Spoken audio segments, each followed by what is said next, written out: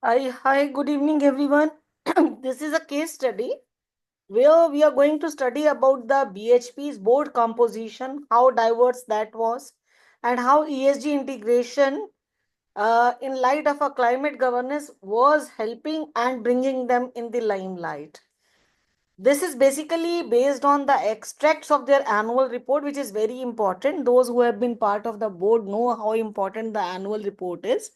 And there is a clear cut chapter over there where they write on a corporate governance. And there is an audit also happening by the independent auditor. Other than that, that is a company secretary for the corporate governance. Governance lies in the board diversity, and this is something theory. Governance is what? Governance is having the right people with the relevant skills. On that day, I think Mr. Vivek also mentioned that is an ethical. What is ethical is the governance. You should have a right culture in the boardroom. That is also a governance.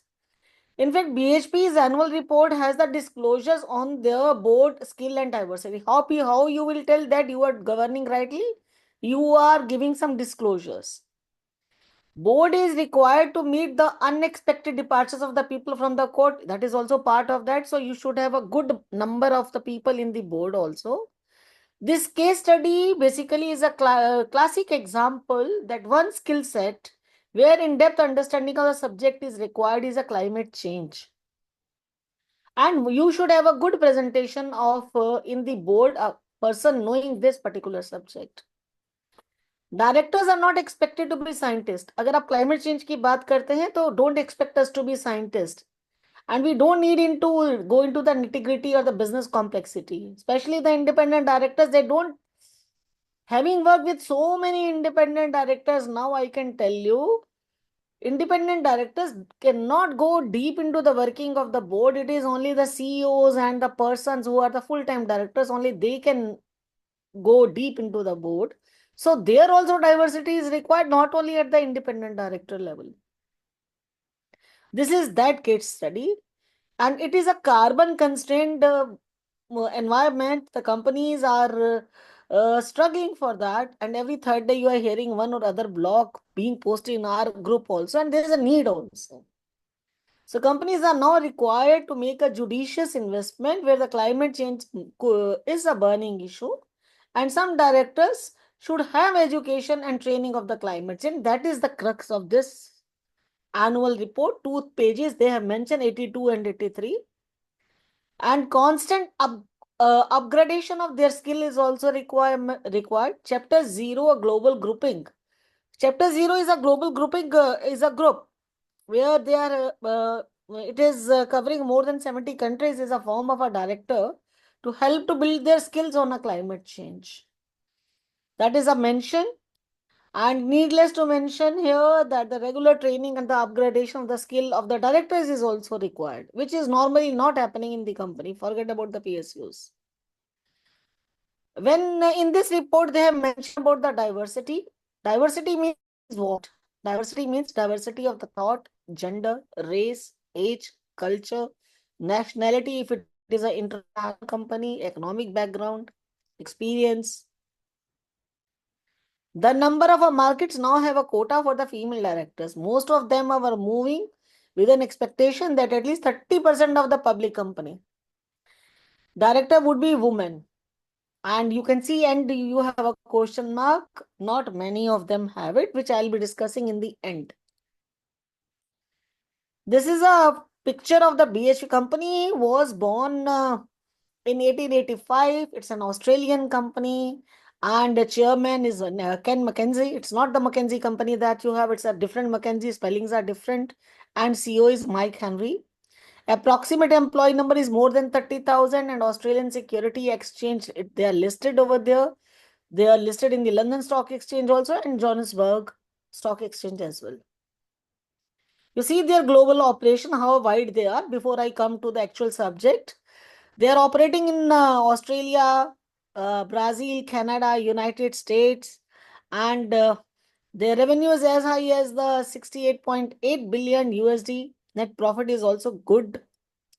Primary commodities which they are basically a mining company, and they are doing mining in these countries. Few places copper, few places iron ore, they are doing it. But their major business is from the iron ore, that is contributing to 57% of their revenue. They are a dividend paying company. So expectation of the investor is high from this company. Good cash flow is also there, that you can see. EBITDA margins are also high. And net profit is also 11.3 billion and the revenue is 68 billion, as you can see the graph on the right hand side.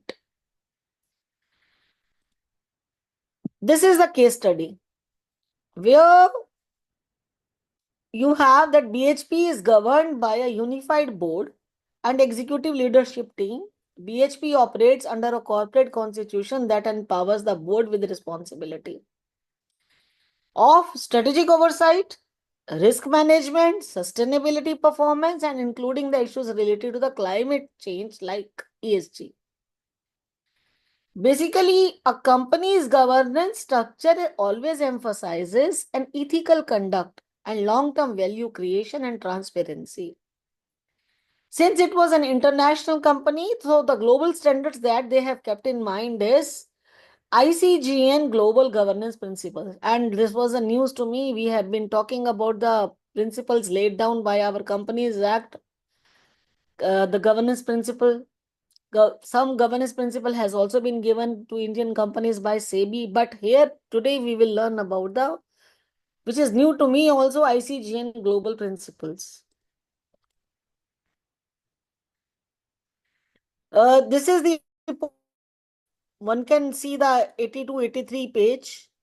Well, there was a linking, but link is not opening. I think I've changed the location. Extracts, I have brought it here for you. There are only 2 pages, which is the crux. Their directors and experience and attributes which they have mentioned. The directors have a mining and a resource industry experience. It's a table kind of a thing which they have given, that from mining, resource and industry experience they have 10, health and safety, environment, community they have few, then climate change and sustainability knowledge bearing inspector directors they also have, then they have a international business experience directors also, some of the tech heads also. So variety of the people they had with the different kind of attributes. And this is helping in developing to have a diverse kind of a board structure. Analysis is that their board is have a gender diversity because 30% of the board was women, reflecting a commitment to the gender balance. When we talk of the diversity, we talk of the tenure also. The average tenure of the non-executive director is nearly 5.2 years, which is balancing the fresh perspective with the continuity. In business, there is a business continuity is the must, which this company has followed it. That is why this has become a case study perhaps. They have a geographical diversity also. The directors are they hail from various regions, bringing a global perspective to this. And most important of all is that they are independent. All non-executive directors are considered. How this is a very big term. How independent the independent director are, that is also a very subjective question. But as per the law, they have been able to ensure the objective oversight and minimizing the potential conflict of interest. The report says that they have a comprehensive skill matrix, which is in the various areas which I have already mentioned: climate change, sustainability, risk management, digital transformation. The report also demonstrates that BHP is committed to align its board competencies to its priorities, which are strategically very important. There has been emphasis on the independence of the directors. All non-executive directors are considered to be independent, that they have been able to ensure the objective oversight. The board is diverse and inclusive, and it express all kind of diversity. And the tenure is also getting distributed, while the board includes a mix of the tenures, but the more balanced, but it is a balanced kind of a distribution. which has been able to enhance the infusion of a fresh perspective along with the business continuity.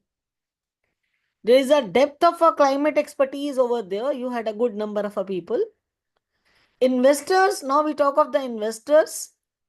Investors increasingly are prioritizing the board composition as a critical factor in assessing a company's governance quality. Now I recall the various investors meeting which I had done in the past. In my 3 years tenures as a CMD, might have conducted not less than 50 investors meet. And everywhere they used to talk about the absence. And investors are very, very vigilant, especially the institutional investors. And uh, various con calls are organized by these big groups like Daulat Capital and many merchant bankers. So people ask question about that and they grill the board on this. And at end of the day, the CMD answers. The relevance of the skill is very, very important for the board. There has to be diversity of the thought also. A diverse board, because the diverse board is more equipped to understand the thing and respond to the need of a broad stakeholders base. And the decision making gets enhanced, more varied, and one can oversee the risk also.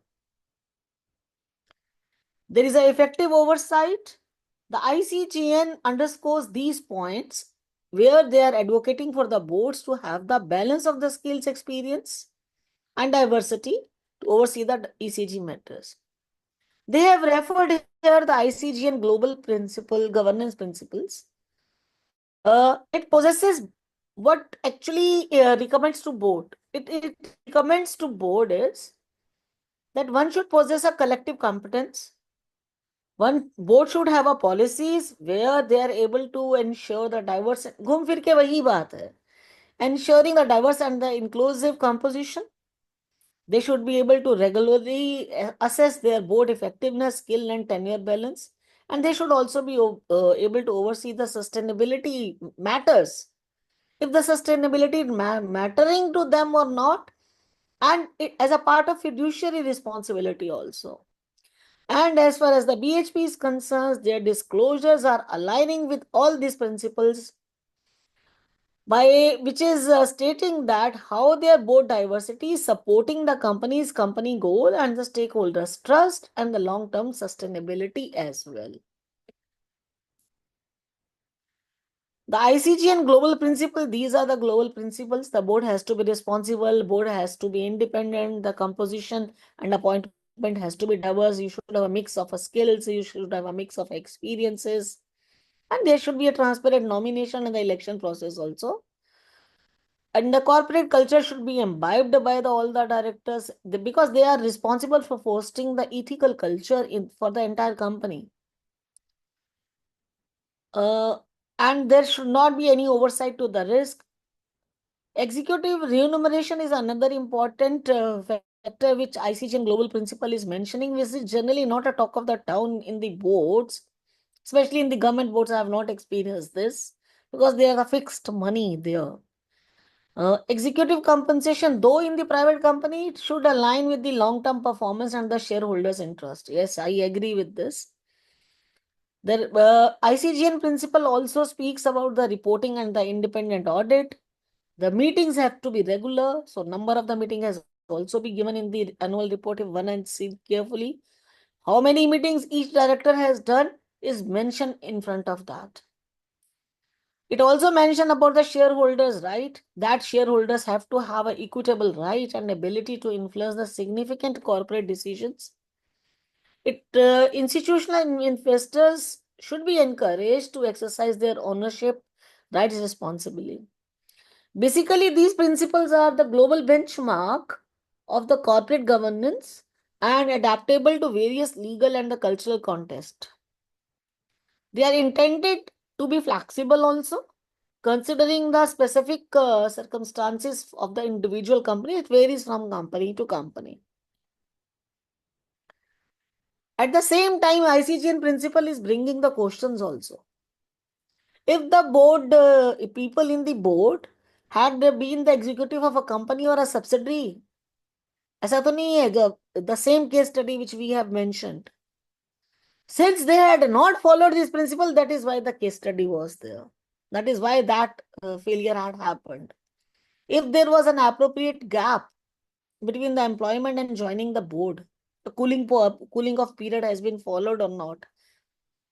If he has received any incentive pay or from the company, or receives any additional fee to the director's fee, if that remuneration is there, to at what cost? If the close family ties are there with the company's advisor, in fact, all directors have to disclose their assets, uh, be it independent, be it non-executive or the executive directors, as per the rule. Any cross directorship or the significant links with each other directors are involved with each other or not. If a director is a significant shareholder of the company also, or is an officer or otherwise, so that it can harm the interest of the company.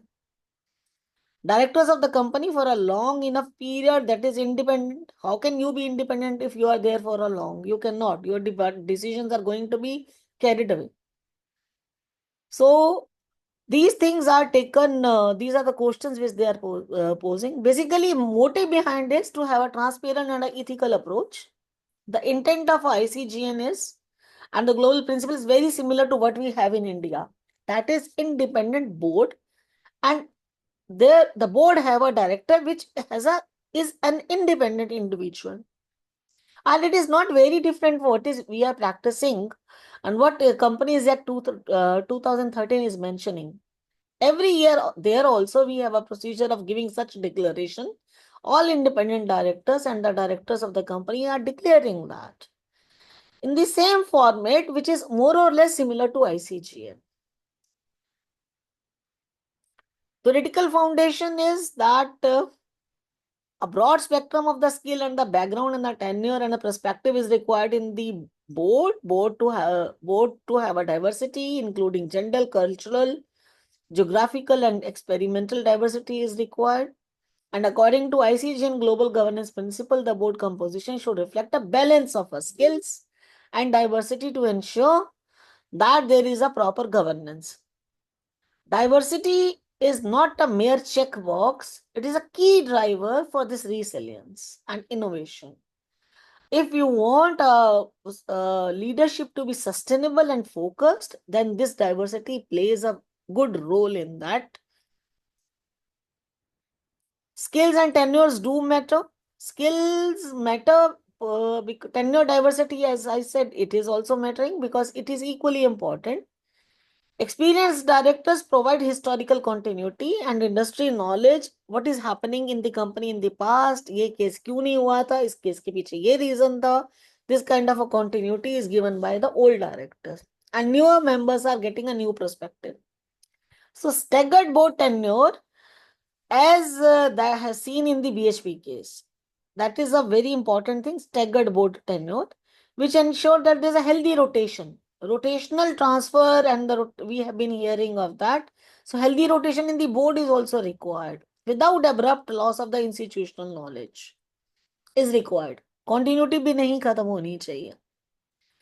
Likewise, board skills in the areas such as the collective science, climate science, ESG risk, regulatory framework, and sustainable finance is also essential, so that the decision making is informed on these issues.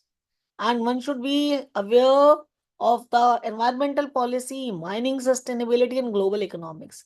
BHP as a board has been able to translate this in while appointing their directors, that their directors were having a sufficient background of environmental policy, mining sustainability, and the global economics. In the book, the pages which they have mentioned in the case study categorically mentions कि director के पास mining sustainability की भी knowledge है, global economics की भी knowledge है, environment policy की भी नॉलेज है. So that is why they will be able to ensure the climate transition risk and opportunities in a rigorous manner. Role of an independent director is also mentioned over there. This is to to have an unbiased oversight and mitigating the conflict of interest. That is why the independent directors are asked for. There is a strategic, why? Because there is a strategic guidance required, contributing to the development and evaluation of a corporate strategy, including the ESG initiative.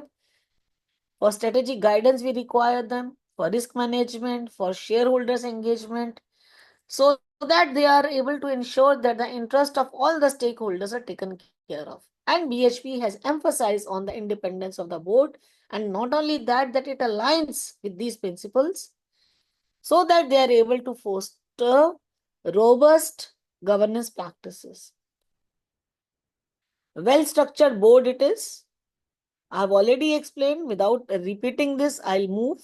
One can see 0 to 3 years, there were 58 directors. There's one chart also in the book which is mentioning 3 circles are there. So I have given in this format.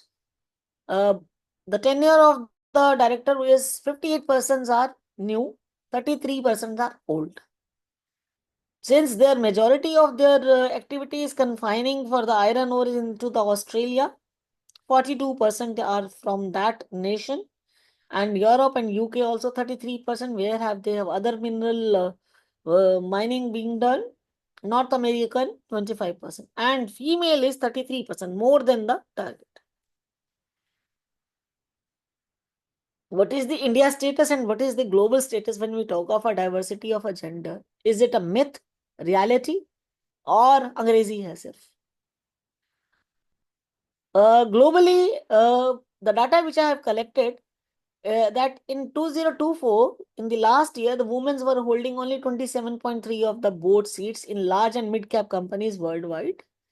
And the leaders were France, where they had a presentation of a 45%, and UK had a 43%, which has surpassed the benchmark, largely due to the proactive policies. But in spite of all this, women are occupying only 6% of the CEO. In fact, when I had attended one meeting of the FICCI flow, they were quite worried about it because there are less women at the top in the board.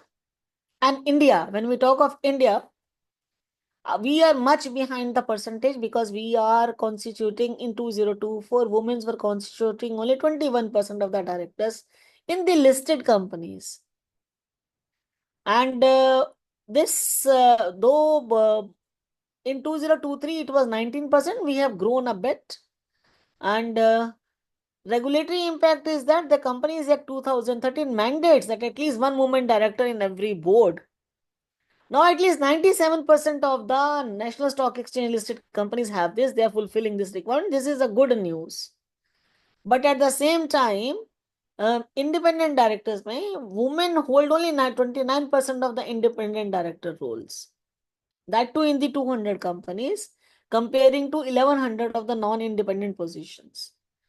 Leadership roles, only 9% of the board chairs in the India of the top 200 companies are women. So India is lagging behind as far as the representation of the women in the board is concerned. When we talk of how diverse board we have, 3.2 of the independent director position of the listed companies are lying vacant mid-term, with 94% of them being based on the resignation. There are family-owned businesses also. The prevalence of the family-controlled firms in the India can limit the opportunities for the women in the executive roles, but we can't do much in this. US board, there are few readings one can read that US boardrooms still it is a man's word, or and there are few things which are in the pipeline. The limited number of women in the senior management roles affect the pool of the candidates eligible for the board position. This is all from my side. This is the diversity of the board, which I have mentioned. Number of vacancies, CPSE का मैंने दिया है central, because यहाँ थोड़ा game different है. Number of vacancies in the CPSE is there are 750 sanctioned position and 648 are vacant. Vacancy rate is 86%. Oh my God. So how It can is board be diverse in India? Central public, that is in central yes public. Yes sir, वहाँ game दूसरी है ना, वहाँ political appointment है ना। या political appointment है, but आप स्टिल एक दिखा दो मुझे, हो सकता है किसी का, किसी पहले तो हम लोग करा लेते थे, अब नहीं पॉसिबल ही नहीं करते है, ना विदाउट अब। Political affiliation you can't be in any public sector board. हाँ, तो there is a sharp increase from 59% vacancy to this 86, especially in this period. Nobody is government is mentioning, हमको कितनी बार फाइन हुआ है सीटीसी में, हर बार मैं माफ करा लेती थी कि भैया मेरी गलती क्या है। या करेक्ट. आप हाँ, किसी को मुझे आने ही एक्सचेंज नहीं. हर बार फाइन करता था, हर बार फाइन करता था। एक बार तो मेरा फाइन 50 लाख हो गया था, तो board took view of that. I wrote to many persons, but finally because selection could not happen and it is being done by the DP, DP fail तो DP has to get, so I wrote to DP. फाइनली मैं Tuhin sir से मिली, तो तुहिन sir ने कहा अच्छा ठीक है, सबका माफ करा रहे हैं, फिर हमारा भी माफ हो गया फाइन। तो डाटा सोर्सेज जो है हमारे, बेसिकली आपका मेंटर वाइड बोर्ड है, इंडिपेंडेंट डायरेक्टर डाटा बैंक है, वहीं से data has been collected. I Awesome. Think this ends here diversity of board in India status. I have already, हाँ, this is also very interesting sir. When we talk of the private and listed, since I've done some survey because I was interested more in this rather than BHP, there are around 9727 independent director position across NSE listed companies. Their number is nearly 2500. And in the first 3 quarters, 304 independent directors resigned prematurely. Reasons for the resignation: personal भी है, 54 cited pre-occupation, 27. Why do they resign? 27% mentioned personal issues, 6% attributed to resignation to health. And to this has nothing to do with the BHP, but this was something additional. No, no, very good.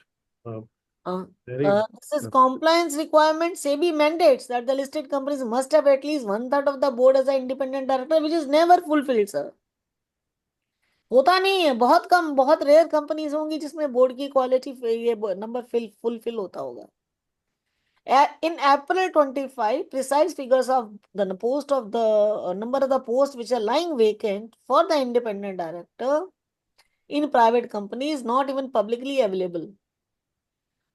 So tenure is approximately 1500 independent director across 825 national stock exchange listed companies are expected to complete their 10 years tenure. 10 years. आप diverse tenure की बात करते हैं ना, बहुत long tenure में आप independence नहीं ला सकते, देखिए 10 साल वाले भी हैं। So state is not very good in India, but we are still better than what we were earlier. This is all from my side. But if there are so many vacancies in the independent board, that means decision is being taken by a few people. देखो, board का एक quorum होता है, उतना quorum achieve हो जाता है तो you are within the limit. हाँ, पर डिसीजन लेने वाले ना तो कोरम, थोड़े से ही कोरम तो लोग हुए ना हर अगर. सीएमडी, हर सीएमडी कोरम तो अचीव कर ही लेता है अंशिका। ओके.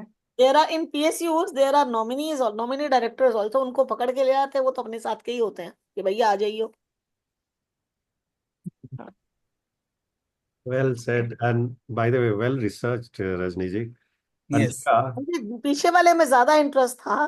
बीएचपी what वाला you तो have मैंने किताब done, में लिखा ही हुआ है। मैंने well done. Means the research is, Anshika, now you are asking, right? All का तो आंसर सेम ही है, बट हाँ। अप्रोच आपको समझने के लिए अलग अलग चाहिए. Does this helps you or not? Tell me now. So it helps, but I also feel, sir, the way Rajni ji sees things versus the way I see things is That you very can't different. help. That you No, can't I help, tell right? you That's that You because will I learn think, one once you you become know, that much old. I also feel that you've been a part of the board, so when you read things, you're able to understand them better कि अच्छा ये तो मैं कर चुकी हूँ और मैंने ऐसे किया था पर इधर ऐसे लिखा है तो ये फर्क है. I haven't been in that position अभी के लिए, तो शायद मुझे इतना समझ, मतलब नहीं इतना आ इन डेप्थ नहीं आता है. देखो, तुम्हारी उम्र में मुझे ये भी नहीं पता था गवर्नेंस क्या होती है। I have been a science student, who has been a science student must be knowing. Right, it's a per pen. आप तो इंजीनियर थे ना, आपने गवर्नेंस एक वर्ड सुना होगा कि गवर्नेंस मतलब अच्छी बात। That's it. ये गवर्नेंस होती है ये तो नहीं पता था ना, बोर्ड क्या होता है ये भी नहीं पता था शायद। Absolutely. Only when I did CFA, I came to know. So, हाँ। Achika, That is why I want everybody to contribute, because they bring experience. You saw she did the presentation from book में तो केवल 2.5 page है, right? BHP built-in पे, जबकि सबसे बड़ा वही Yeah, study. But see what she brought out. Can we yeah, real compensate time that? experience. इसीलिए प्रेजेंटेशन चाहिए होता है, because then everybody brings their own expertise, experience, and in depth, which neither you can learn from the book, and nor I will have time to cover it as well. Yeah, because they are doing only this part, so they focus on that part and make sure it is coming out well. And that is why we require presentations. Thank you very much, Rajni ji. It really helped, and it will go long. While making this presentation, तब आपने देखा होगा मेरी quality भी अच्छी थी, मुझे बहुत मजा आ रहा था पढ़ने में, नहीं कि नहीं, वो क्योंकि चीज बात अच्छी मैंने है। 4 साल यही किया ना काम। सही बात है, सही बात है, और मेक सेंस करता है ना, फिर आप रिलेट करते हो, आप जो जो बात आज बाय द वे जो लास्ट आपका स्लाइड है, put it in mentor my board, lot of people are struggling and getting depressed, हाँ sir, they are not. Mentor my board जिसको सूट करता है ना, वो दिव्या ममाया है। राइट राइट वो आपकी तरह आपका नॉलेज शेयरिंग पोर्टल है। राइट आपका जो आपसे जो हम सीख रहे हैं वो नॉलेज है। राइट वहां राइट। वो भी नहीं है ना, वो वहां वो डिक्टेटरशिप, डिफरेंट है। थोड़ी डिक्टेटरशिप है। तो वो जो बोल रही थी ना, पैसा हाँ, पैसा पैसा है, but still share that others are getting depressed there. That last slide will still give इसीलिए them a तो ray वहां मेरा वहां पैसा वेस्ट होता है सर। उतने पैसे में तो मैं आपके यहाँ 2-3 कोर्स कर लेती।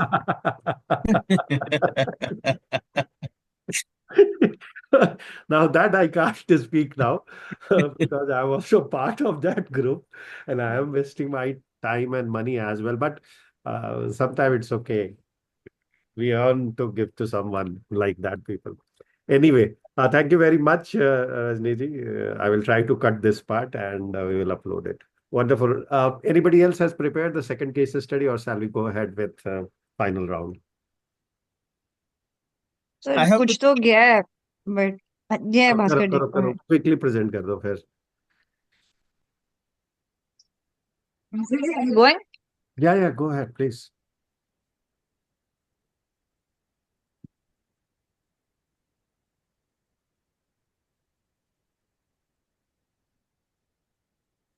Bhaskar ji, Yeah. Are you sharing the screen? You want me to do that? So I'll do. No no, if you are presenting please go ahead. Acha, you're saying that way. अच्छा, we Okay. thought हाँ that जी। Jika is doing. We were thinking no Jika. But Bhaskar ji की side से I'm like fine, Okay, go okay, ahead. fine. Bhaskar ji, go ahead. Yeah, I'll just share it. Is this visible? Yes. Okay. This is again another case of scandal. I think the ones which I'm taking around the areas connected to the scandal part of it. So Palmlet is a company which is established in Italy in 1961.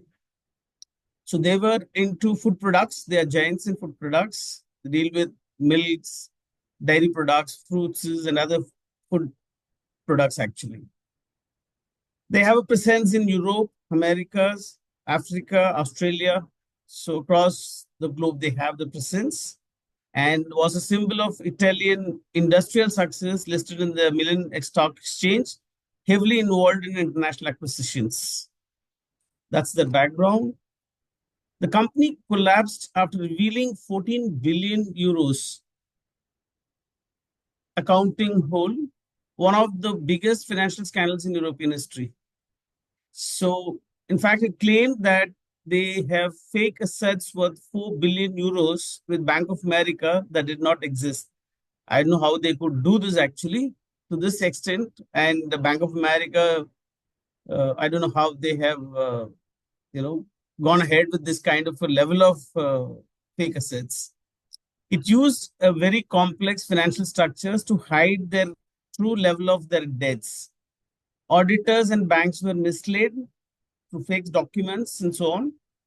Their head, Callisto Dancy, and the top executives deliberately falsified accounts for many years. Consequence is the Palmlet fails to repay 150 million euros bond, revealed that it had 4 billion euro in cash, which was fake. On 24th December 2003, Palmlet filed a bankruptcy protection. funded through their debts and not profits. That's another big area of concern. Some banks facilitated or ignored the suspicious transactions. External auditor did not detect the fraud. That's again, one cannot believe that they cannot detect these levels of frauds. Anyway, it's happened. So Callisto is sentenced to prison for fraud, embezzlement, and other charges. Several senior executives were also convicted. Lawsuits against banks resulted in large settlements, billions of euros actually. Thousands of shareholders and bondholders lost their money, damaged Italy's corporate credibility internationally. That's the fallout. And the recovery is Farmlet was put under government appointed administrators. In 2011, a French multinational Lactalis group acquired Farmlet. The current status is they operate as a division of Lactalis, focusing mainly on dairy products. It is established and remains a known brand, especially in Italy, Australia, and Canada. The key takeaway from this is accurate, the importance of transparency, basically, accurate reporting and independent auditing are crucial. Role of governance is strong internal controls and active boards are necessary. I mean, the way Rajini presented on the board, where it's a complete diversity was there, I think those kind of things should have been in this case also. Regulation matters. Financial watchdogs needs to be vigilant and proactive. Risk of aggressive growth is to be watched. Expansion must be supported by real assets and earnings, not hidden debts. So that is what is a small case study. That's it from my side. Awesome. Very, very sharp and to the point. Good. Not bad.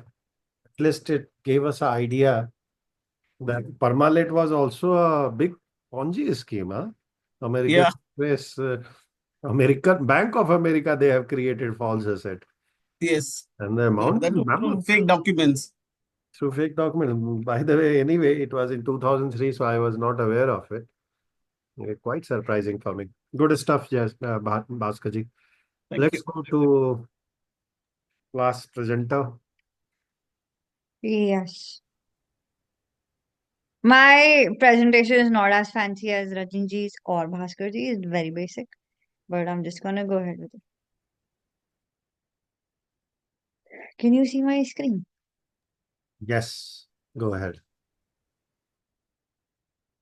1 second. You can see the PPT, right? Yeah, PPT we can see. We can see you can make it slideshow. That would help. 1 second. No, I've just written like basic points here and I've written the description somewhere else. I'm gonna read from that and just put the PPT here. Okay. So that way. Okay. So, WorldCom. Well, it began in 1983 as long distance discount services. It was a small Mississippi based telecommunication company under the leadership of Bernard Ebbers. The way this company expanded was it invested heavily and massively into acquisition. It acquired like 70 companies.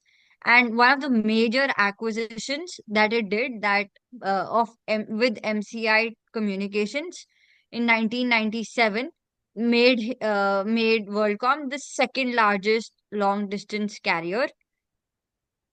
Now the story begins as you know that it became the second largest with massive acquisition strategy, over 20 million customers and a workforce of more than 80,000 employees at its peak. And it heavily relied on continued growth through acquisitions. The stock price went over the roof in the 1990s. However, like all the companies that come to the peak and then eventually come down, this also had its fall when the dot-com bubble burst and the telecom market became saturated. That is how the company saw a saturated growth. the growth slowed down, and the struggles began financially. Now, 1 second. Okay. Now, what exactly had happened? Okay. So basically, the senior executive orchestrated a scheme to massively inflate the company's earnings and assets. So, how exactly did it work? So, by improper capitalization of expenses. Uh, the CFO, Scott Sullivan, they recorded $1 billion in ordinary operating expenses as capital expenditures. So, which basically inflated their bottom lines. And it basically violated the gap principles that they were supposed to follow. Secondly, obviously, if they capitalized majority of their operating expenses, their profits were obviously inflated. So they were able to hide real losses and reported profits that just did not exist. In 2001 alone, three around 3 billion were misclassified, and another 700 million in the first quarter of 2002 were also misclassified. Instead of a reporting net loss, the company reported a net profit of 1.38 billions. The use of prepaid capacity entries. The fraud was also involved.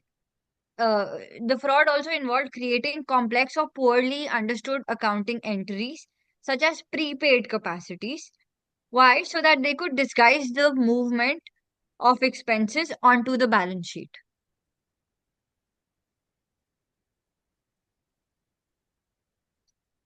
Now, when we say discovery, what we mean was how did this fraud actually come into picture? So there were whistleblowers and internal audits, but the concerns were first raised by an employee internally, but who was later, like all whistleblowers, was either laid off and then reprimanded. But the real breakthrough came when Cynthia Cooper, head of the internal audit, and her team began investigating into these unexplained entries. Obviously, with this, since the CFO was involved, there was a lot of resistance from the management. And they came up with absurd reasons to make the margins look right and with no supporting accounting standards, which obviously were not legitimate, and they were exposed further when the audit committee and external reviewers came into picture. The audit committee involved KPMG, the newly appointed external auditor, who confirmed that these entries were improper.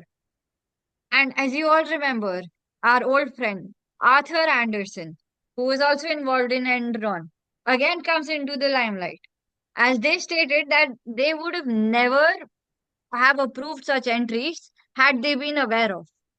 However, as we all know, given their history, that wasn't the case. Okay, moving on. 1 second. Now, once the fraud happens, the only question that comes to the mind is why exactly did it happen? And as we've seen in earlier case studies as well, it is mostly due to pressure to meet Wall Street expectations. The WorldCom's management, particularly the CEO, Mr. Ebers, was under immense pressure to meet or exceed financial targets to keep the company's stock price high. Aggressive corporate culture.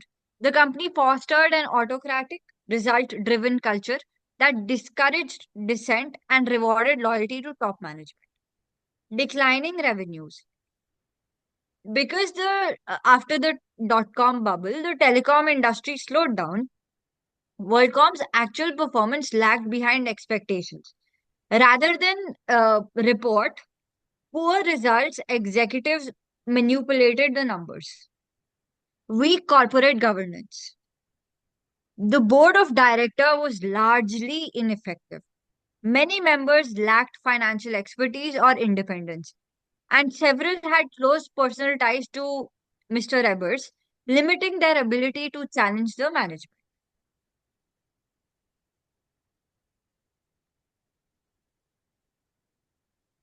Execution of fraud. I think we've already discussed this above, that the line costs were improperly capitalized. Employees were threatened if they questioned the entries. They were either laid off, they were reprimanded, they were fired. And internal audits also revealed financial manipulation.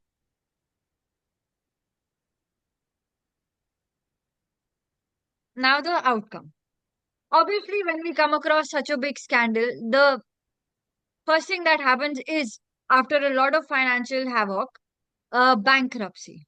So the company was amongst the largest in its time that filed bankruptcy in 2002. Mr. Bernard Ebbers was sentenced to a 25-year jail. Investors lost billions of dollars, and MCI was rebranded and bought by Verizon in 2006. Industry impact. In fact, the Sarbanes-Oxley Act already came into picture after Enron case. However, uh, here as well, it seemed to have strengthened. Corporate governance rules were again more strengthened, and there was heightened skepticism towards companies' earnings. Key lessons learned. As we see from all the other case studies as well, strong governance is very, very, very crucial. We need to foster ethical corporate culture. Robust internal controls and audits are essential, and transparency and accountability to build trust. And that is about it. Thank you. Good job done. And this is one of the most interesting case of that time. Two facts. One is in 1994, Cynthia Cooper joined WorldCom. Okay, and people were not expecting her to be so diligent. If you find her photograph, you will find she looks like a Hollywood heroine. Okay, so people thought a good face to have in company, and they took her lightly actually. Okay, and after several whistleblower who has reported to them, few of them directly to her that there is something going wrong there. When she tried to, and of course, there was a news on Enron at that point in time already. So people were in jittery and they were knowing Arthur Anderson being laxed. They were already going to courts, fighting their case because it took 3, 4 years to get the judgment and they got dismantled. So people knew that if you have a Arthur Anderson and partners were same, okay, then you have to doubt the book. And that became catalyst to Cynthia Cooper. A beautiful lady started fighting the case. In board, she was neglected. She also went through, there is a movie, by the way, on Cynthia Cooper. But Cynthia Cooper looks better heroine than the heroine of movie itself. So it's a quite interesting case. And thank you very much, Anjika, for taking the right points and being sharp there. Thank you. Okay, so we have already covered most of the cases. Now, what I will do, I will quickly go through our agenda for the day.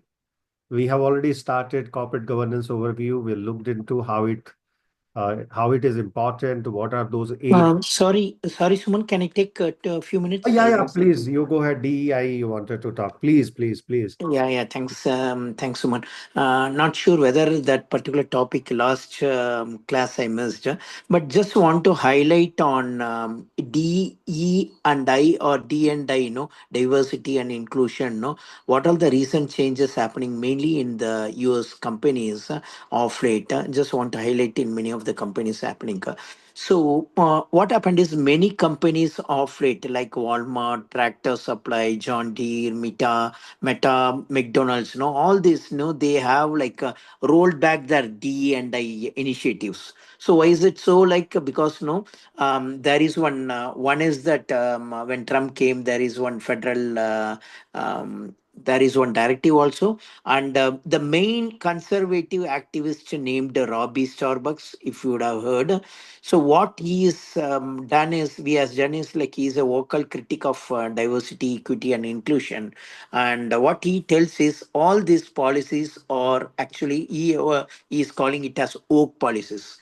It is more basically what he tells is that he argues that such these initiatives no promote divisiveness and actively campaigned against them, and targeting the companies he perceives no these embracing these policies. So these are all these kind of policies are war against men is telling, like, and there is also something like you are giving so much of discrimination and for LGBTQ like that, like it has done. And these companies, many companies, the few I have listed down, they are rolled back. Even my company, they are rolled back. And what is the impact because of this in the ESG space is going to be is like there is going to be a shift in focus. So what is going to happen is like company may pivot from broader D&I initiatives to more targeted programs in their measurable ESG goals, like gender pay equity or community engagement. And if you see their rebranding their D&I, it has happened. Many companies, they have removed the word diversity. So I don't want to hear record even in our company. Even we do have some many employee groups. We have been asked to these words are being removed. So you can search for Robbie Starbucks. Probably I can share those links. Why? Because this is very critical and it's a big change happening, and it is going to impact on corporate governance and also the ESG, how they are going to report. And I think there is going to be one side stakeholder pressure also, like you have to ESG may push companies to uphold D&I as part of the social responsibility. In spite of this criticism happening, and there is some expectation of ESG framework evolve because of all these changes happening, and let's see how it is going in the coming years. But many companies, they have removed the word like diversity or equity. These words they removed. They just mentioned culture and inclusion, and also many of the fundings on LGBTQ kind of like a scholarship or even specific employee groups. These are all being slowly taken out, and companies, even the chiefs, sustainable, not sustainability, sorry, diversity officers being renamed, or that position itself taken out. So that is a big impact happening. Probably that I think probably that we can expect in this. We have to see how it goes in the coming years. Well said, Miss. I think that was the left part, which thank you. You have covered that. It was a part of social, not the governance specifically. But good, you have updated us all with that kind of information. By the way, this is why I don't like a one-sided story, which is right now going on in USA. And not only you, today there is news in Financial Time, massive news, that there is a humongous withdrawal of such funds in America. Humongous, right? So a massive withdrawal of funds, specifically on DEI front, is happening. And you are right that everybody is forced to remove that as a body inside their company or a department inside their company. However, if you check the woke word, right, it is coming from Elon Musk specifically. He started that we are quite left, but this word means, if you see Merriam-Webster, etc., a black American who is little informed. Okay, so this is completely supremacist discussions, which has put woke as a word or lamented this word in front of international media. It's fine. Means, of course, they had this. This is not a very common word even in black community earlier. Later on, it was adopted by LGBT plus as well community. They also feel part of the woke community. But point which I was trying to talk here was relating to this term has been really misused. Okay. So if you check, it was 2010, it came in light when Black movement actually started. Black Lives Matters, if you heard about it. And then DEI has picked it up on that area, and they also became part of the same. And Elon Musk really opposes that. He thinks his daughter or son, whoever he is or she is right now, not living in USA, is part of that community. So it has a color. We don't know which color is it, but it looks like messier color. And thank you very much for highlighting that. Let's move on with the governance discussion. for which we have come in today.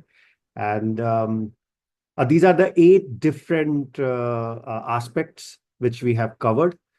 We have started covering, and of course, our aim was to have the a case study done upfront. So that will give you a look and feel of governance.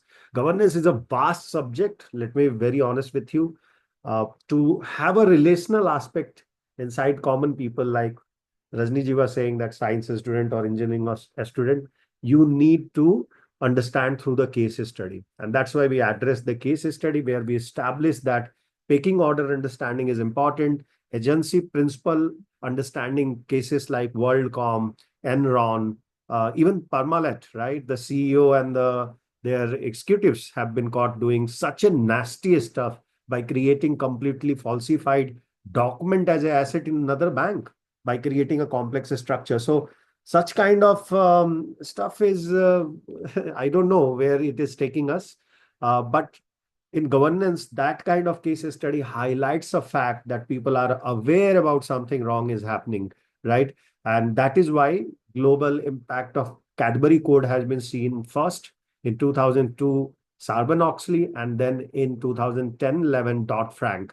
These are the 3 key documentation. One in UK, the Cadbury Code has a genesis in UK. In 1992, the Cadbury Committee actually has produced this report, which established the separating role of CEO and the chairman. That's what the first report has focused.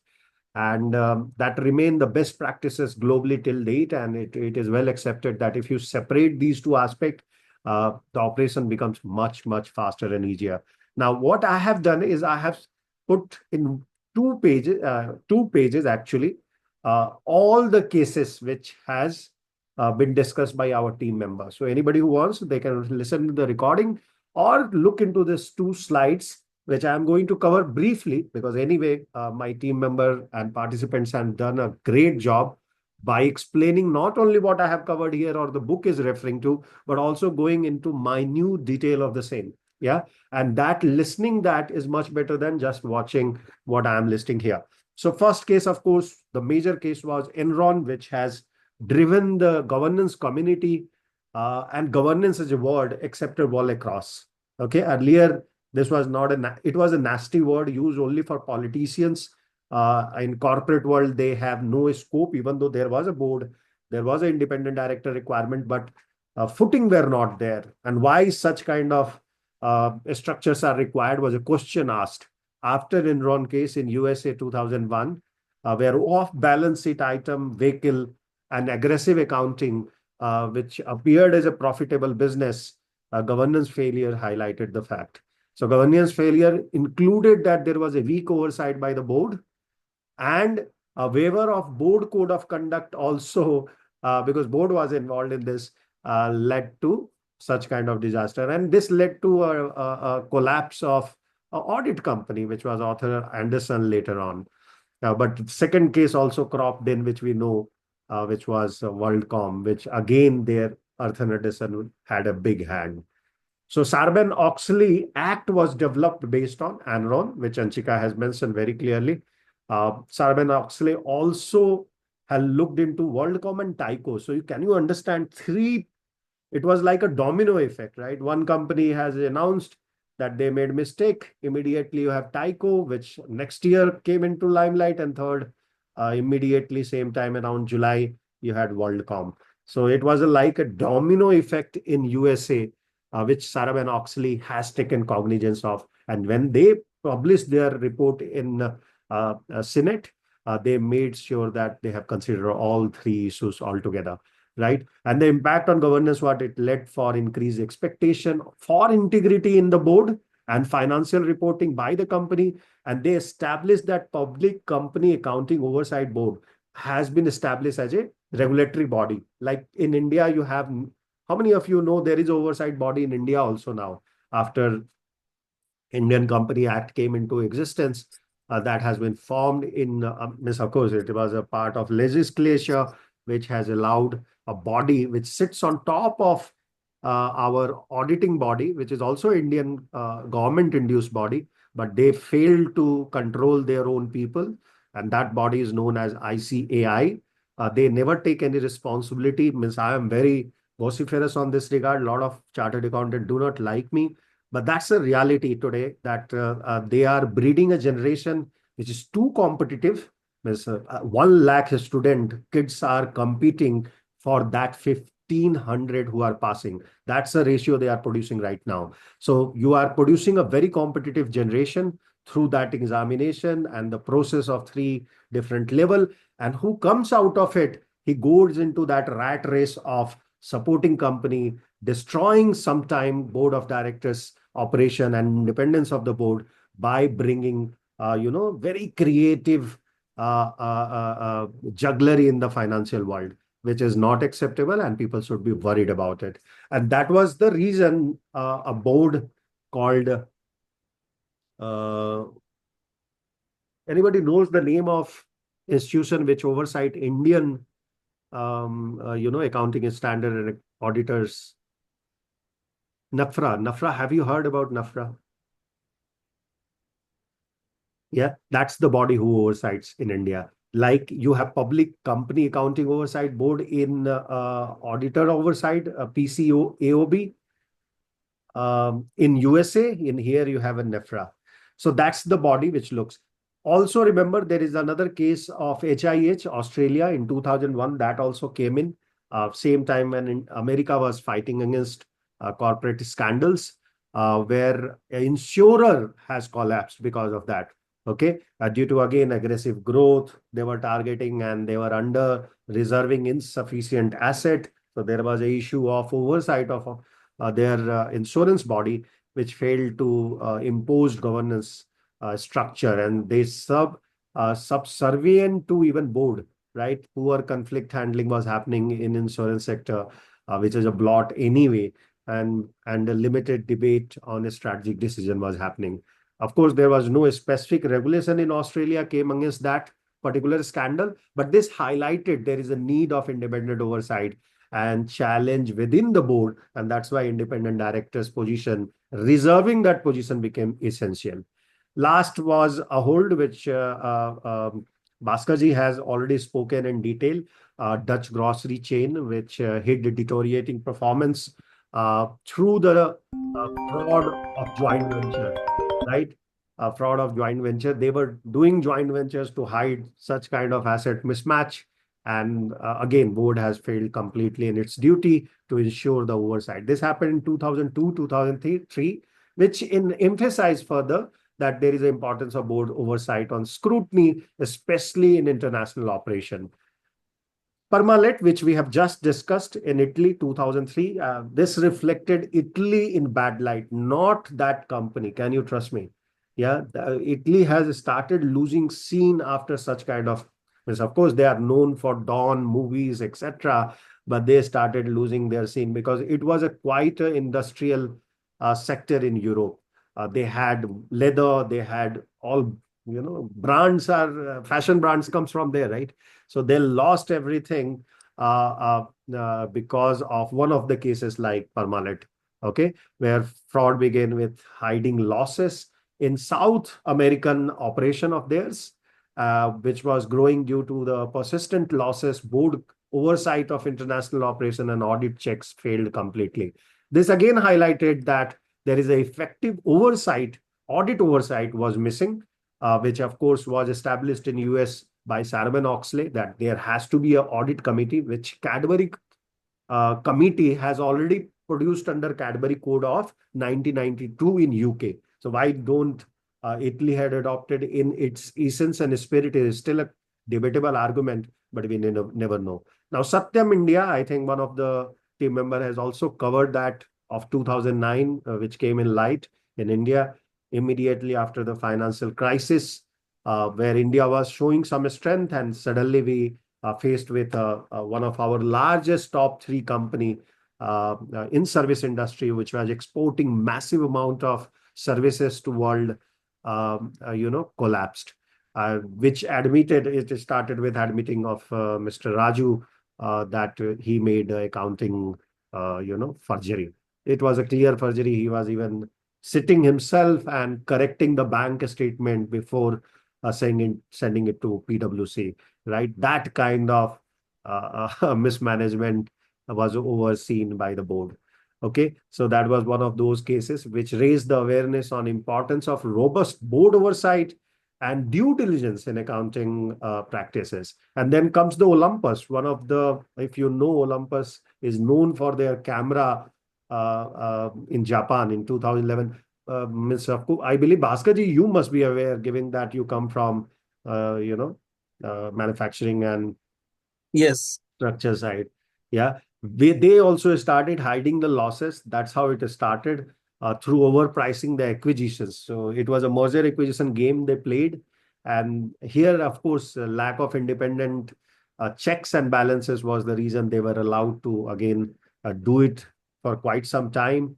And failure of statutory auditors who cahooted with such kind of acquisition, independence, and related party transactions allowed the deceit which persisted for long. Here, Japanese corporate governance code has taken a cognizance of this case, and in 2015 they have revised completely their corporate governance code. So that contributed to the push to greater transparency and independence of Japanese corporate governance specifically. Now, Volkswagen, who doesn't remember the Germany which Subodhji has spoken in detail, so people should watch that video where he talked about 2015 case of Volkswagen. We again started with a whistleblower being not heard, and a guy in US where they were selling the car being caught, yeah, with a pollution, mismanagement and overrating, where it all started there with a small person in quality works of US government became the whistleblower and identified a fraud which Volkswagen was running for long, specifically on emission test, which revealed that governance issue was not lying on the marketing side, but actually the board was also accountable for the same. They knew this fact for long. And, here, of course, Germany has a different kind of board structures, which also pushed them to allow such kind of events where voting shares held by the founding family and the local government became the tussle, which led to an insular management culture where nobody was able to control the management. So that is a unique corporate failure, which comes from the cultural part of Germany, where in every board there are two boards which they constitute, and that is another structure we should always know about. And this emphasized that there is a need of accountable governance structure and more shareholder friendly practices, so they are allowed to exert their power in the board meetings where management always try to take a ride on their own way. Wirecard, of course, we had a very good video on the same, detailed one. Rajniji, you did that, right? Of 2020 case, where you went into, of course, Rajniji also is involved in the fintech company board of governance, and she collapsed. She means, of course, she highlighted that how a Wirecard, one of the poster boy of Germany and Europe, who was growing aggressively, started doing fraud. And they were actually lamenting India fintech industry. So quite interesting case study there, which shaped, by the way, current European single market for capital, which people were relying on. And of course, the LIBOR has been removed from there, etc., etc. A lot of corrupt issues has been found out in Europe recently, which also is a quite an example. And this prompted a call for enhanced regulatory scrutiny and oversight, which Europe was missing. I hope after these cases, BaFin, etc., LIBOR being collapsing, etc., highlights that there is a gap of regulatory framework even in Europe. With that, all these scandals we have learned already.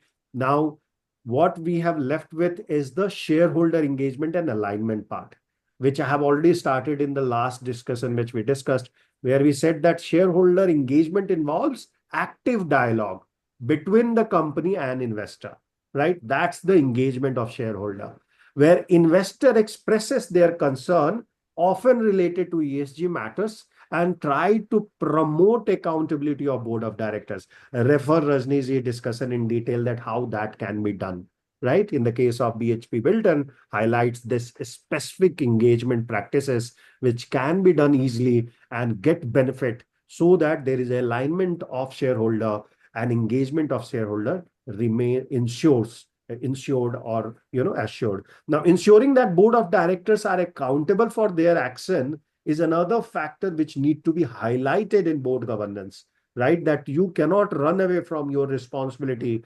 And we have seen that happening, that people who are really authentic sometimes get in the caught or get caught in midst of this principal agency problem and even die. And the best case we should look is Gensol, where one of the board of director, independent director, died immediately once the scandal came in limelight. So some people take it on their heart, and that is why it need to be ensured that board of directors are equally accountable. Then comes the minority shareholder protection in any stakeholder engagement.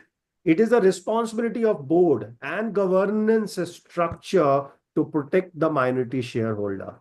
Okay. And if you will see any ESG risk provider data collection system, they make sure that they check how this particular company governance protects the minority shareholder, right? And this overview of minority shareholder concern, specifically for institutional investors, are very large, which Rajni ji was talking about, and even with her own experience, that how she used to meet with a certain institutional investor, and they ask her a lot of questions. So protecting shareholder rights are crucial, and it requires legal protection, corporate governance code, and formal rule to safeguard minority rights. So it's a combination of three sides of operation, along with fourth one, which is understanding the class of shares. For example, overview of minority shareholders concern starts with institutional investor who wants to protect the minority shareholder too. Okay, so any institutional investor who becomes the part of any company, they generally take 10 to 20%, right? But end of the day, they should make sure, okay, they should make sure that they have their minority shareholder, whoever is involved, is protected as well. So related party transaction, which requires higher disclosure for transaction affecting more than 5%. Yeah, I'm just giving you a notional number. The number changes based on the company to company, but higher disclosure for any related party transaction, which is affecting more than 5%, class 2, and 25% for class 1 asset.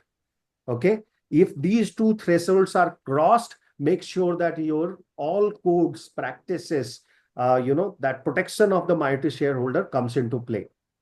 Clear? Those three things. There is a legal rights to the minority shareholder. There is a corporate protection or governance code for the minority shareholder, and formal rules to safeguard is also available in that company. Okay. Wherever this threshold, it is mentioned in the book, so careful about this particular threshold. Question can be built on this particular aspect of the book. Now, then there is a preemption rights which should be made available.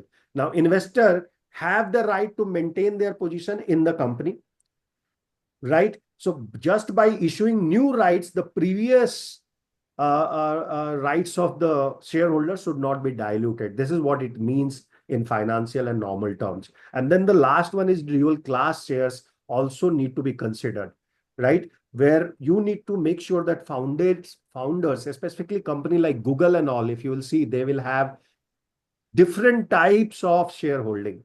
Okay, one will have voting rights. With that, we have learned, right? We have learned in governance that as well in the beginning itself, that there are different type of shares, where in one you will have voting right, in another you will not have voting right. Okay, the third one is issued on the basis of on the first one. Okay, so which are called class B shares. And then of course you have dual class shares, where founders generally with multiple voting rights. So one share and they will have 10 voting rights. They will become less accountable to broader shareholder base, because they control the share. Even though they have one share, they control the 10 voting rights against it, which makes a lot of a difficulty to minority shareholder and institutional shareholders. So rising visibility, specifically in tech businesses where people wants to issue more shares to grow faster, right?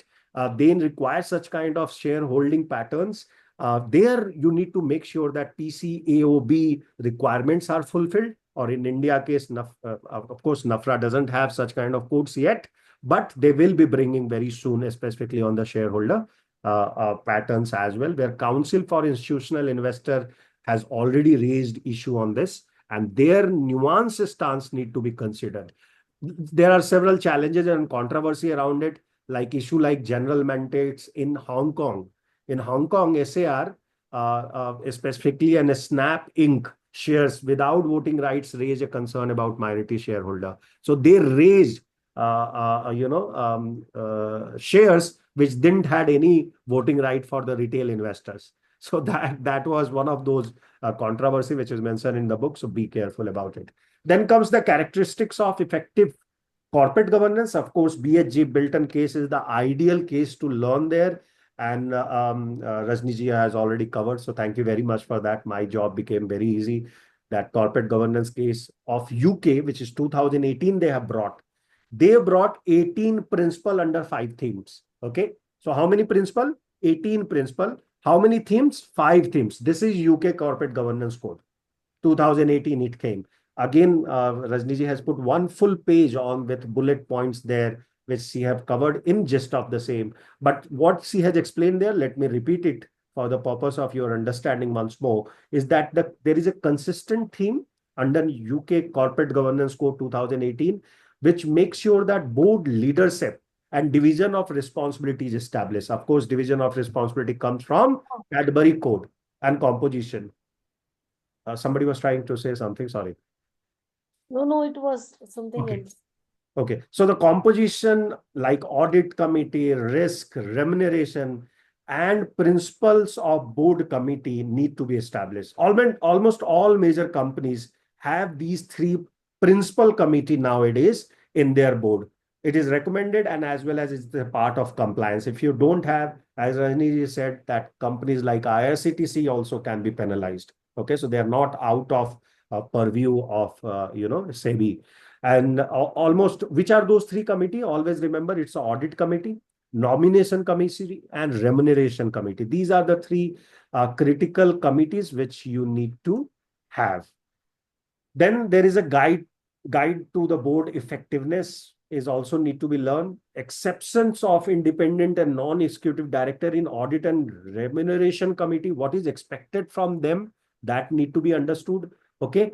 And of course, guide to board effectiveness was published with the UK Corporate Governance Code 2018, right? Where it provides guidance and questions on these 5 themes which Corporate Governance Code of 2018 has introduced, right? And which talks about board leadership, how the leadership is going to operate, what is their job responsibility, what is the company purpose, the mission, vision, and how that aligns with the board operation, the board job description, how that aligns with the vision and mission and the company purpose, how your culture has been defined. That's why very good. Thank you, Ramesh ji, for highlighting that now DEI is changing its name, and now people are calling it cultural, right? Cultural office instead of diversity, equity, inclusion office, if I'm not Yes, yeah. wrong. Yeah, Yeah, that's true. Culture and inclusion, or culture office, like. culture office or culture and inclusion. Of course, you cannot follow something which your government is not allowing to follow. So that's is the UK Corporate Governance Board, which of course board is structure, diversity, effectiveness here also come. So not only in social but also in governance, specifically on the part of how you are governing this part. What are the measures you are taking so that the people who are on the fringe are also protected along with the main people. Okay, that's the only purpose here where DEI need to be talked and discussed. BHP annual report, now we have learned a lot from Rajni discussion, so I'm not going to go. This is that chart which she was referring to, that how a tenure diversity of the board also is a critical aspect of, including gender diversity is a critical aspect to get an effective board. And this was the BHP Wilton 2021 structure where you can see more than 67% board was owned by female. Yeah, so female was controlling, and that's why the results we have seen, which also feed into ICGN Global Governance Principle, which she has really taken us thoroughly in that direction, that how this was formed, what are the different effective discussions there. ICGN talks about the executive history. So if you have little older, but of course, again, the next sheet will show you that how old a maximum tenure for ID should be. Again, it is based on which country you are. Yeah. So that study is this statistics where you will see in India, you will still find 8 to 10 years. And of course, he has shown you in detail that how Indian, even people are about to cross 10 year are there, and that is creating a vacant space, which is not getting filled actually, right? The experience and authority which they have, it's very difficult to compensate. So country like India, Greece, Israel, Latvia, Lithuania, Peru, and Saudi Arabia are those countries which has 8 to 10 years of their average number of independent director. And then if you go to Singapore, United States, where 8 to 10 year is explained in terms of how divergent perspective and pay structure they are carrying, conflict of interest of executive remuneration need to be checked, and trust issue and disputes in executive reward is also an important issue, need to be considered for independent directors. So these are the three things which remain common in all Companies Act across world or Governance Act across world. UK we saw they also have similar kind of recommendation. If you look into Indian Company Act, also similar, that related party transactions should not be allowed. Payment is curtailed, right? So they do not get incentivized in terms of where the management is getting incentivized, etc. And that brings to me on another topic of discussion, which is what are those characteristics of effective corporate governance? Again, our previous speaker has done justice to it, and she has talked about principle N, not saying principle N, but exactly she was talking about that principle N of 2018 Corporate Governance Code of UK, which emphasized that board has a responsibility to present a fair, balanced, and understandable assessment of the company position and prospect. It is their duty to write that into the MDA, which is Management Discussion and Analysis document, which you will find in every company's listed companies reporting. And thereby reporting and transparency becomes the key, along with emerging development in the reporting standard. These both things should be considered by any ESG investor or analyst like us. Okay. So these two things definitely need to be looked into, because reporting and transparency led to management team overseen by the audit committee, who is responsible for making sure that there is no forgeries happening. But over a period of time, we have seen that how audit committee becomes blinded by the internal auditors, sometimes external auditor, trusting your own management. You get blinded, and then major mishap happen, which is a Gensol and Blue Smart cars story tells us. Yeah. So investor need to scrutinize such audit committee operations as well, along with reading the company reporting, and gauge the management credibility by reading the MDA analysis, right? And that is why you need to be always vigilant with the new regulations which are coming in, specifically with NAFRA in India, International Sustainability Standard Board of Europe, which aims to global uniformity in sustainability reporting. Now, Anchika is working right now for ESGPro Mastery Institute on IFRS S1 and S2 protocols. Very soon, we will give you the gist of it, which you can read on our article. Anchika, we can do that in this week, right? It will go live this week, S1 and S2. I'll work on it, sir. Yeah, please try that if possible, because we are finishing the chapter. So it will be ideal to read those S1 and S2, which will become a part of integrated reporting, specifically under IFRS regime. Now, capital allocation in another area, which as a board of director or decision makers, we should be concerned about, where board faces critical task of strategically allocating financial resources. Our major task is that, right? That if company management comes and asks us that allocate another $1 million, right? Even though my revenue remains $1 million, we need to make that decision whether it is in favor of company or not. Here, a shareholder expect a prudent decision from the board of directors. Okay, that expectation need to be met by looking into how board is giving a balanced dividends to their shareholder, is still plans for reinvestment and such kind of capex requirement doesn't get disturbed, right? And the third part is that sorry.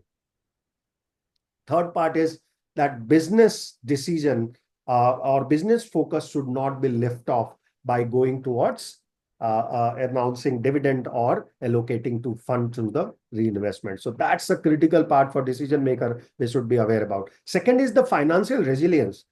The board of director or decision maker or investor, whoever so may be, taking this decision has to look for the financial resilience. What it means? It means that there is a balance between financial short-term results and long-term results, which is very difficult and delicate because management outlook is always to prove to the board and shareholder as well as people in general that I am performing on quarter to quarter basis.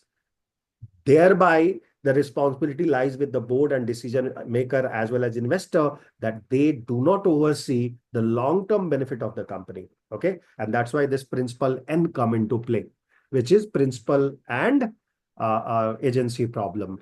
Now, companies need a sustainable capital structure, that is for sure, specifically considering the lesson learned from crisis like 2008 financial downturn and COVID-19 pandemic. You have to be careful about that you have enough cash in the business rather than letting it for reinvestment as well as for taking it for dividend making. So company like Apple, company like whoever had a cash in such kind of disastrous situation has really grown faster with new innovative stuff bringing in play. Yeah, business ethics goes beyond legal compliances. That's what business ethics means. Business ethics doesn't mean that I am a good guy, good kid, etc. It also means that if my mother is not looking at me and still I'm doing good stuff, which Rajni was alluding to, right? The good boy in characteristics is business ethics.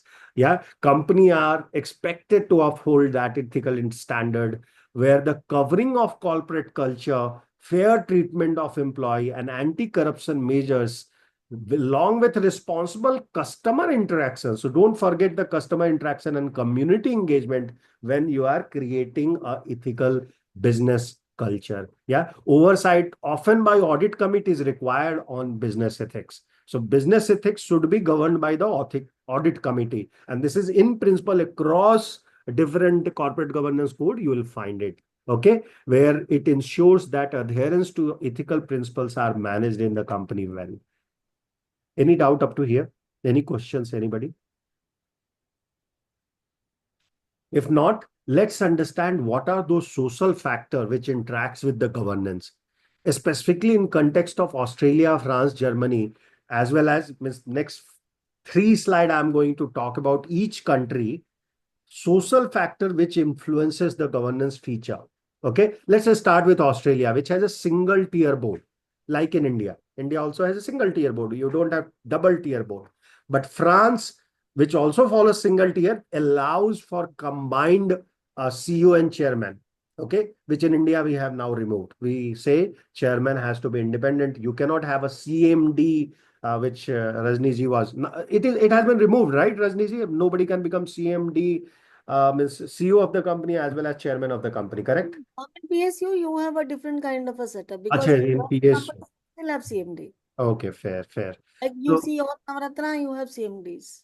okay, okay. So France follows At that the same scale. time, you have executive head, Right. our group general manager, and all the executive directors in the Navratna are there. Okay, okay, okay, okay. But by the way, in the next group, one person is from Navele, which is also a Navratna, and he's taking our course as well. So he might be joining our sessions too very soon. Let's see what he brings in.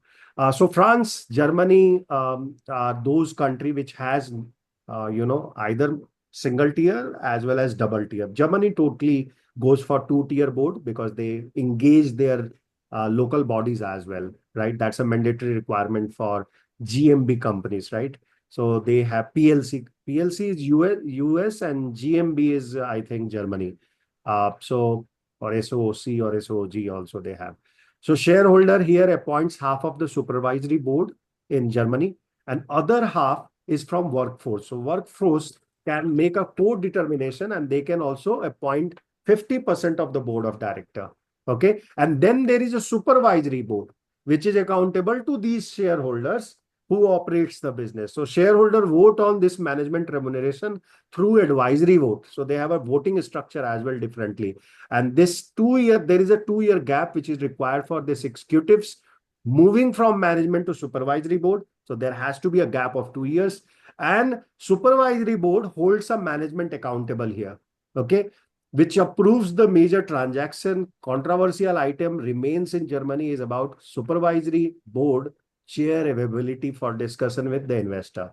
They will never be available for you to talk about how they are operating. And that was the case highlighted in case of Volkswagen as well, where there was a no control. Wire.com also, sir. Wire.com. Wire.com, similar stuff. Audit committee की head बन गई थी ना वो lady, Correct. वो जो Absolutely. Supervisory वाली थी वो हेड बन गई थी.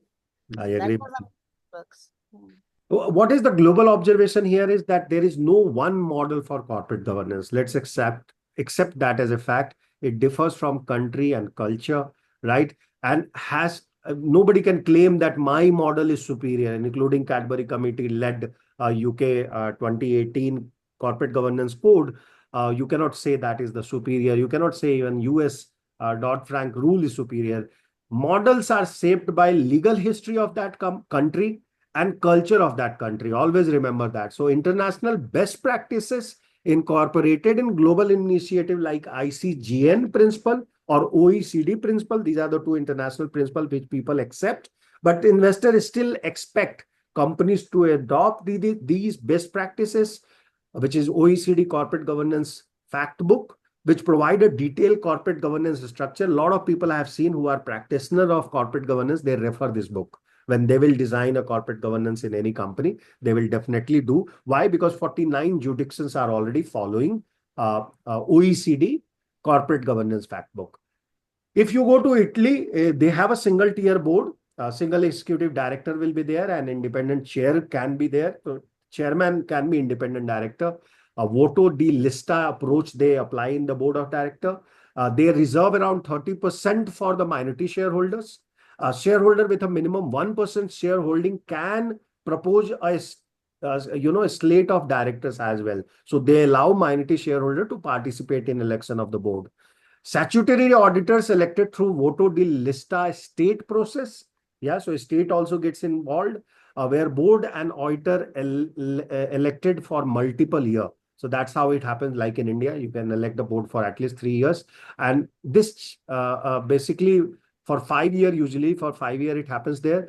Proxy agencies may recommend. So there are now proxy independent director, proxy investors who play a larger role in American system. They are also nowadays in Indian system, and they are definitely also have a say in Italy. In Japan, it is a mixed. So you will find 2 tier as well as single tier board, along with supervisory board also is available. But here the critical differentiator is statutory auditor, which in addition to independent audit firm, right, focus on independence of non-executive directors comes in play. Right. In the corporate governance code, they talk about some company are moving toward both with committee, right? And some committee doesn't have, they have an advisory board, like in Germany, okay, which challenges the body of non-executive due to their tradition and culture. Japan has a lot of tradition mixed with their corporate operation as well, which emphasizes that reducing the cross shareholding requirement for at least 2 independent director and non-executive director on every board. So that's the differentiator on which the question can be developed. In Netherlands or Dutch governance structure, if you will see, you will find supervisory board is a key structure there, where supervisory board is structured with shareholding. Appointing the board is a normal phenomena. Shareholder kept at distance from holding management accountable. Okay, that's another differentiator, specifically in case of Ashko Noble, who is selling right now Indian operation. If you are aware, not aware, find that out. Ashko Noble is selling their Indian operation, and even a lot of Indian companies wants to buy their operation, specifically the pent business. If you are aware about Ashko Noble has a very famous pent brand in India. Do you know, anybody knows what's the famous brand? No. It's a Dulux. If you must have Oh, heard Dulux. Dulux.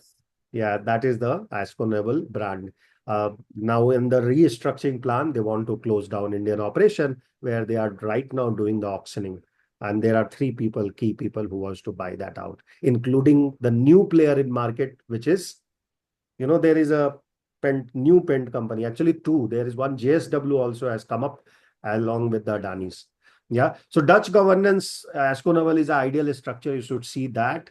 And shareholding have a strong influence, specifically in the case of takeover here, takeover acquisition. They really have a very high power where the nomination committee appoints from the shareholder, which proposes the new board state for shareholder approval. Now, if you look into Sweden, shareholding control is a critical part where dominance of major shareholder like Wallenberg family is well known in Sweden. Okay, they control half of the economy kind with a differentiator voting right. So they have created this differentiator voting right. And then they have also nomination committee, which is not a board committee. Okay, so they have a nomination committee which appoints the board, but they are not part of board. Very interesting structure in Sweden, where shareholder proposes a board state and chair for shareholder approval. The mitigation of dominance is through nomination committee structure. Generally, positive outcome and well-balanced boards gets created because these guys are not coming from the board themselves. So shareholder vote the entire proposed board structure rather than the individual director. So you do not vote for one guy, you vote for the complete structure, right? So everybody together and the composition is maintained. UK is another body. Before USA, we go and look into where I have a lot more to discuss about it. UK has a single tier board, okay, where the corporate governance code focuses on board behavior and corporate culture. So they established that job description part or KPIs for the board of director, right? And also they manage the corporate culture through the tone at the top. That's the real world they use. Detailed expectation for board skills, structure, audit, risk, remuneration is set under that 5 theme and 18 different clauses, right? Which we have learned in the last slide, which discourages that there should not be a combined chair and CEO body. Both roles should be separate and emphasize that there is independence of the chair. Chair should be independent guy. A strong focus is on workforce. So they encourages the intervention by the workforce and including mechanism for the workforce representation in board. So like in Germany, they also push for such kind of a structure, but they do not empower them. Okay, that's the difference between Germany and UK, where the standard is set by best practice grouping like Hampton, Alexander review, Parker review. These are few reviews where question can come. Okay, and these people have provided best practices in the board structure. The goal for greater female representation remain a focus area for them, and inclusion of director from minority ethnicity, specifically Muslim, Hindus, etc. They do promote. That's why you must be hearing a lot of sirs and madams in UK structure of the board construction. Now, let's look into the USA, which is a state-based law, right? Because that is a federal government. So federal government emphasizes on they allow all states to have their own kind of structure allowed. So there is a lack of countrywide corporate governance code due to the decentralized nature of the corporate law in that country and which is governed by individual state. For example, Delaware, if you know, Indian loves Delaware. If anybody wants to form a company at $100 or $1,000, something like that, very small amount, you can go in Delaware and open an office and run it for a year for $1,000. Okay, or $100, very small, 500, 400. Somebody approached me as well with to open there and get a brand there and say that I am operating from USA. Lot of Yes. company does that, by the way. You don't need any office. Yes. You don't own a office stay, it's a Uh, virtual office. yes.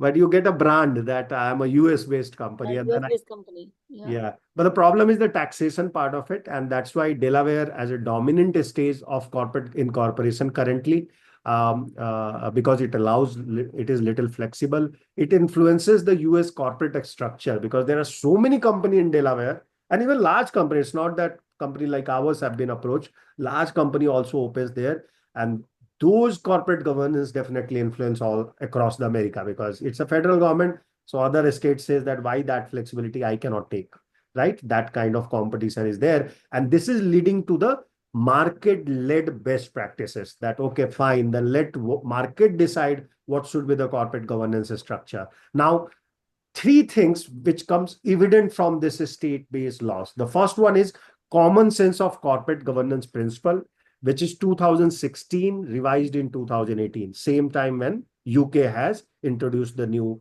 corporate laws, which focus on inner working, board effectiveness, and alignment through pay. Yeah, so they want to control the board operation through pay. Second is, this is a common sense corporate governance principle. Second is investor stewardship group corporate governance principle of 2018.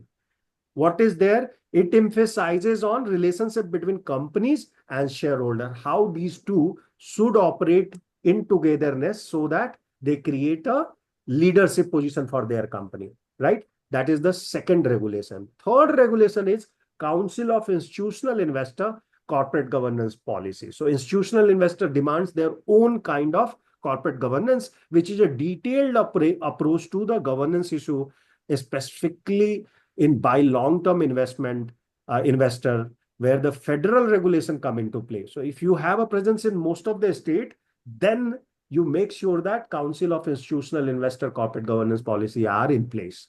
Clear? Which is driven by security law by US SEC, which is Security and Exchange Commission of United States of America. Now, SEC also sets their own standard for audit committee, independence and skills, which is driven by now Dodd-Frank legislation. For example, there is a say on pay, okay, every third year with an option for more frequent vote.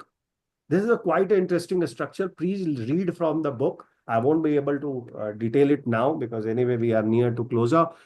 Access to proxy is another very interesting structure under ACC, where a standard allows eligible shareholders to add a candidate to the proxy statement. So you can add a candidate who can represent a lot of minority shareholder altogether.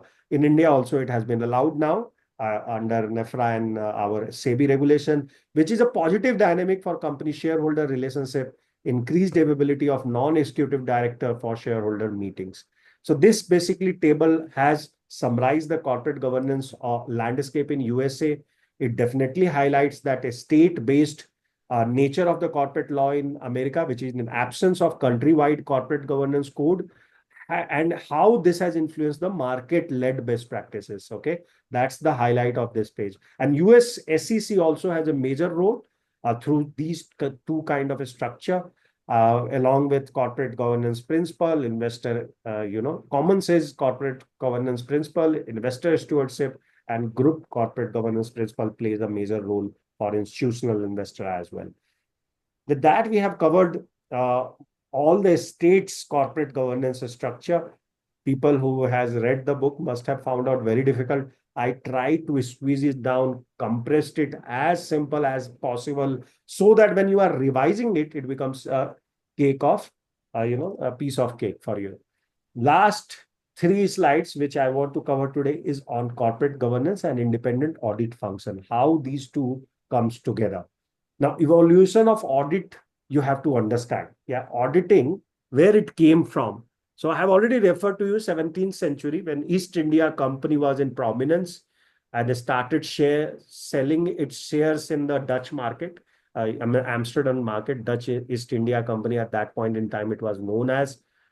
They started trading business, and after trading business, we know what has happened. They have taken over a country, not one, a Commonwealth country all across world. Now, this started as a company, had a specific trade journey for a set period, which we know. Yeah, which accountability for performance and sharing produced a proceed of this industry revolution people wanted to capitalize, specifically from the tenure of 1760 to 1840. Whatever industrialization was happening, like, textile making, silk making, apart from that spice trade, whatever has happened in industry at that point in time, people wanted accountability on the performance, right? And means people who were investing at that point in time wanted a share of the proceeds. So whatever earning this Dutch East India companies by looting or by acquiring Maharaja's and Raja's property is doing, I need a share of it because I have put for your voyage, I have put for your machinery, gunnery, all that, whatever they have given at that point in time. And that's how the audit came in play. That are you giving me all the news or you are hiding some news from me? Are you with me? Right? Because always the greed is always there, irrespective of who is. So bad आदमी तो bad ही है ना. आके India से कुछ लेके गया, उसने उन लोगों के साथ शेयर किया कि नहीं किया, required audit function to look into. Are you with me? Right? So that is how the industrial revolution was captured by evolution of audit function, right? And of course, we know that annual reporting, AGM requirement, all these concept for large scale corporation who required external capital to fund their voyages, fund their wars, yeah, got into play. Now, response to this failure was that UK government in 1840, a railway boom scandal has happened in United Kingdom, okay, where the losses to minority shareholders has been highlighted, that whoever has taken a small script for that funding their railway initiatives, all of them has lost money. And there came the introduction of independent audit for shareholder assurances. Okay, that's the first time independent audit function was developed in 1840. Okay, now modern concept audit role is completely not completely changed. It remains, the basic tenet remain the same, that we want to check exactly how the company has performed and perform transparently. So audit trail, etc., comes from that background. Whoever is chartered accountant, they know it, they have learned it in their ICAI curricula, but I'm just revising it from the international perspective. Now, sampling process was also developed at that point in time, and that's what remains till today. And one of the most curious case of Big Four. Big Four claim that their sampling process is most robust, right? And still they fail in the case of large company scams. I don't know how that happened. The second is watchdog and should not be a bloodhounds, right? They should not be behind companies to suffocate them. 1896 UK Court of Appeal judgment had highlighted this fact that, okay, auditors are required after 1840 railway boom scandal which has happened, but they should not suffocate the businesses, because they became very aggressive, very enthusiastic like me and started putting them down, down, down. The company went to the court, and 1896 there was a ruling mentioned in our curricula has highlighted this fact that you are a watchdog, you are not a bloodhound. And then ESG reporting and auditing has taken a roots on the similar structure. Okay, so whatever auditing and reporting we are seeing today, that's why I was talking about IFRS, on which paper we are working. We will produce that paper soon for everyone, and please read it. Quite interesting regulation there, international regulation, which is coming into play under ISSB regime, right? So key element of ESG audit remains with the what should be the scope, what kind of timeline, and what methods need to be deployed. Okay. Examples of evaluated issued are discussed in the book as well, which you can see some of the examples. And you should not forget there is a challenge of volunteerness right now. So people are not reporting because they are part of the compliance regime, or there is a penalty to that regime, even including BRSR doesn't have any penalty yet, right? And that becomes a challenge for auditor, right? And that's why till date auditing has not been allowed. Miss auditing के लिए 1 साल का extension आ गया even in BRSR. Okay, similarly internationals as well, where CBAM as well as omnibus in Europe has been delayed. So ये linkage है, you have to understand. Okay, so lack of universal regulatory standard is another problem. There are several standards, everybody has its own mandate, and there are differences between all those standards. So differentiating between management system standard and guidance has become a monumental task for people like us who are following sustainability. And that is why enhanced auditor report has been introduced in UK. Okay, this is an additional part I have added.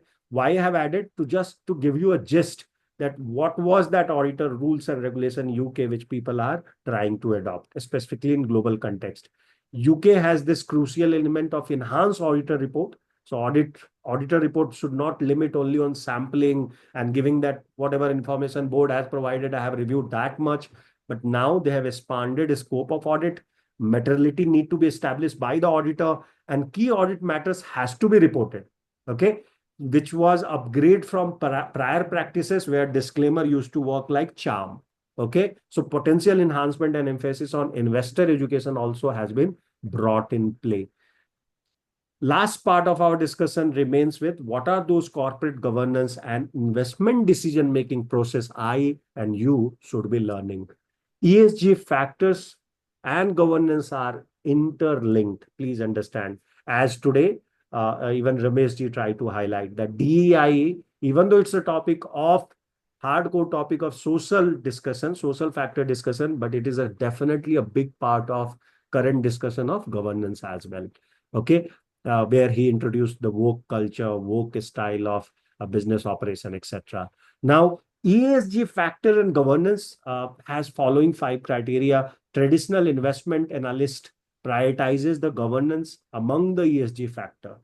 If you talk to any traditional investment guy, he will focus more on the governance side. CFA Institute 2017 ESG survey revealed that 67% global investors are considering, or analysts are considering, governance as a major part. Yeah, which has up from the 64%. 54% globally considered environmental and social factor became the prominent part for them. In EMEA region, which is our region, Australia, etc., is covered there. EMEA is Australia, right? Or is it some other region? Anybody is aware about that? Yeah, it is Europe, Middle East, Europe, Middle East. and Okay. Asia. Yeah. Asia. And Uh, Australia comes into APEC, I believe. APAC, right? Asia Pacific. yes, yeah, that's right, So Sumesh. 74% their analyst covering governance. So you can understand India is a part of EMEA, where we are focusing more on governance rather than environmental and social. Academic research paper, specifically the Friday, Boch, and Basen in 2015 showed there is a closer link between governance and financial performance. So if any company who has less of financial performance, they fail in governance too, or who has better governance has a better financial performance. And that's why even eventually ESG gives you a better financial performance.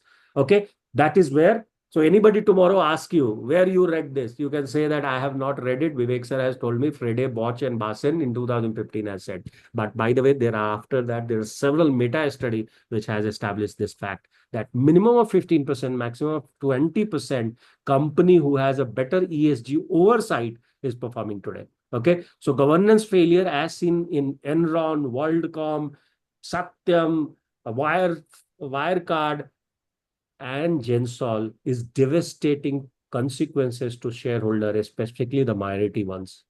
Yeah, the major ones has a rights and lien on the property of those companies. The minor one has nobody to talk to. Okay, and that is why we should be careful about governance. Now, governance impact and case study we have covered in detail, including WeWork, Uber, Theranos is listed here. Please look into those interesting cases. I'm not going to go into detail today, but if you require, we can have another discussion. Okay, all these are, by the way, WeWork has also a very good series on Netflix. Please watch it. Very famous series. I'm forgetting the name. I just watched a couple of months back. Interesting series. Yeah. Theranos also has a series, documentary series. WeWork is little dramatic, but Theranos is completely documentary. So you would watch the what is her name? Very famous lady who did $1 billion fraud, uh, or got stuck in a spiral of enthusiasm, whatever way it may be. So this is with that we have come to end of our module 5, which is governance. And I think you guys had really liked this segment. It means a lot of people like social, but I think this one everybody got related with. Correct or wrong? True. So everybody felt it. It is something which they really like. Except Anchika, who doesn't want all this presentation, who doesn't want it. No, no, that's not there. I'm just saying that people who've been on the board, they relate better to it than me. सीखना तो पड़ेगा ही ना. Oh, absolutely.